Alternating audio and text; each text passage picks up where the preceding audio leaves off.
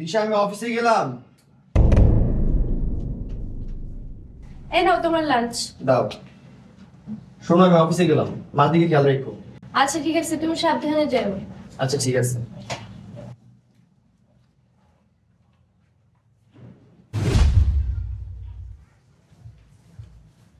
আম্মা, আম্মা, আলমারির চাবিটা দেন। কিসের চাবি? আলমারির চাবি। আলমারির চাবিতে তুমি কি করবা? চাবিটা আমি কি করবো সেটা আপনার জানার দরকার নাই। আমি আপনার ছেলের বউ, এখন থেকে এই সংসারের সব দায়িত্ব আমার। চাবি দেন। বালিশের নিচে।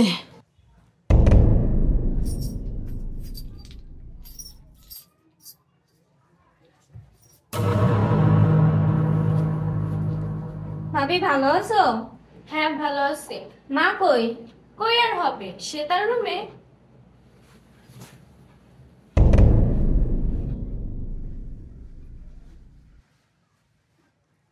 মা, তুমি যে শুয়ে রয়েছো, তোমার শরীরটা কি বেশি খারাপ লাগতেছে?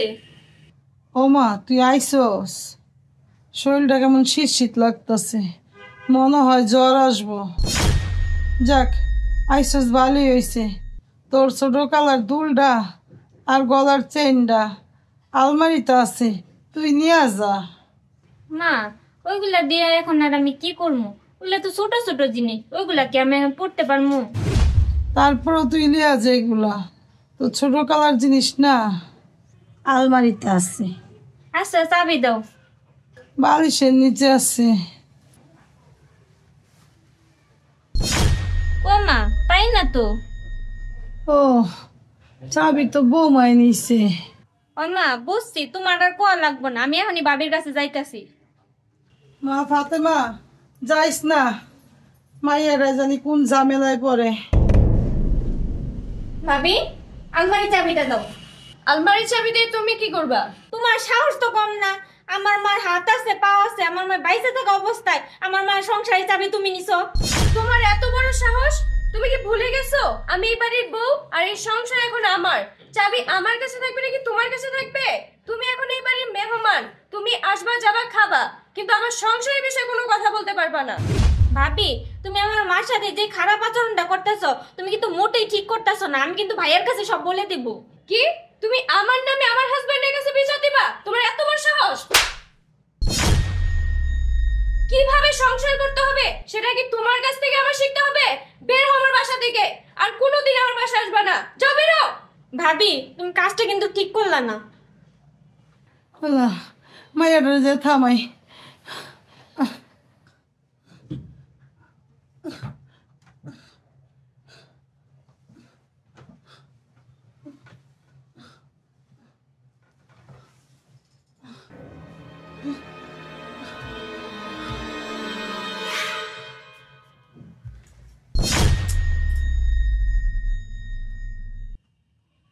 আরে, খালাম্মাতে নিচে পড়ে রয়েছে।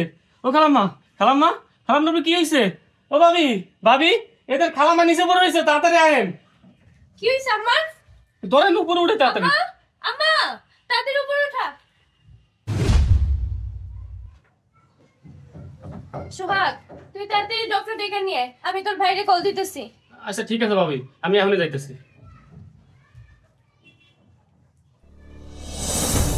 ফাতেমা, ফাতেমা, হ ফাতেমা, মা, একটু চোখটা দেখি। মা,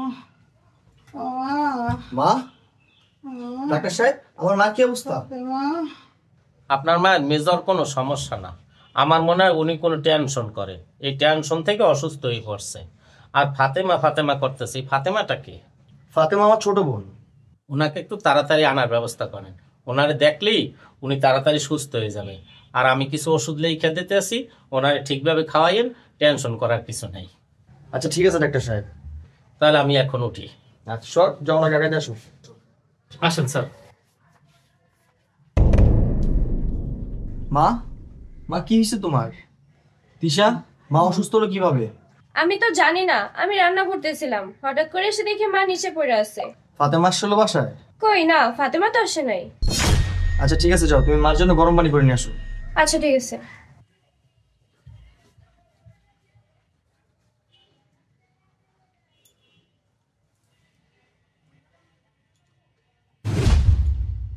সোহাগ, জি ভাইজান। তুই বাসা থাকতে মা অসুস্থ হলো কিভাবে? তোরা দায়িত্ব মাকে দেখাশোনা করা। ভাইজান আমি কি করুম? ফাতে বাবু বাসায় আইছিল, ভাবি ফাতে বাবুর সাথে ঝগড়া লাগাই দিয়ে ফাতে বাবুকে বাসা থেকে বাড়ি করে দিচ্ছে। এটা দেওয়ার পর খালাম্মা অসুস্থ হয়ে গেছে। কি ফাতেমা বাসা আসছিল? হ ভাইজান, ফাতে বাবু বাসায় আসছিল। তোর ভাবি ওকে ঘর থেকে বের করে দিছে? হ ভাইজান। আচ্ছা তুই এখানে বস, মার সেবা যত্ন কর, আমি আসতেছি। আচ্ছা ঠিক আছে ভাইজান। সোহাগ এদিকে আয়। জি ভাইজান। তুই একটা কাজ কর, তুই এখনই ফাতেমাদের বাসায় যা, যে ফাতেমাকে নিয়ে আয়। ওকে বলবি মায়া অসুস্থ, ইমার্জেন্সি আসতে বলছে। ভাইজান এখনই যাবো? এখনই যা, এখনই নিয়ে আয়। আচ্ছা ঠিক আছে ভাইজান।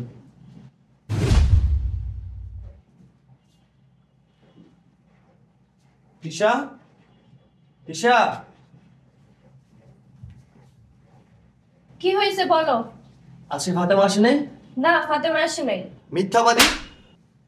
তোমার এত বড় সাহস, তুমি আমার ঘর থেকে আমার বোনকে ঘাট ধাক্কা দিয়ে বের করে দাও? তুমি নিজেকে কি ভাবো?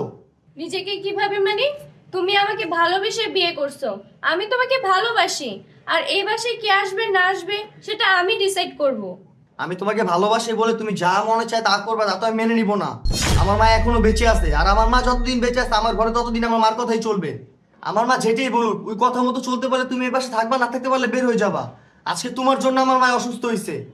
তোমার এই নোংরা চেহারা আমি দেখতে চাই না, বের হয়ে যাও তুমি বাসা থেকে। সময় মতো আমি তোমাকে ডিভোর্স লেটার পাঠিয়ে দিব। পারভেজ, তুমি এগুলো কি বলতেছো? যা বলতেছি ঠিকই বলতেছি। তোমাকে আমি বিয়ে করছি যাতে তুমি আমার মার সেবা যত্ন করতে পারো। তোমার জন্য যেহেতু আমার মা অসুস্থ হয়, তাহলে তোমার মতো বউ আমার ঘরে রাখার কোনো দরকার নেই। তুমি বের হয়ে যাও আমার বাসা থেকে। পারভেজ, আমার ভুল হয়ে গেছে, তুমি আমাকে মাফ করে দাও। আমি এরকম ভুল আর কোনোদিন করব না। তুমি আমাকে একটাবার সুযোগ দাও। একটা বারের জন্য সুযোগ চাও? যাও, দিলাম।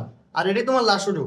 তবে আমার একটা শর্ত আছে, তুমি এখনই সে আমার মার কাছে মাফ চাবা। আমার মা যদি তোমাকে মাফ করে তাহলে তুমি আমার এই সংসারে থাকতে পারবা, আর না হলে আমি তোমাকে বের করে দিব।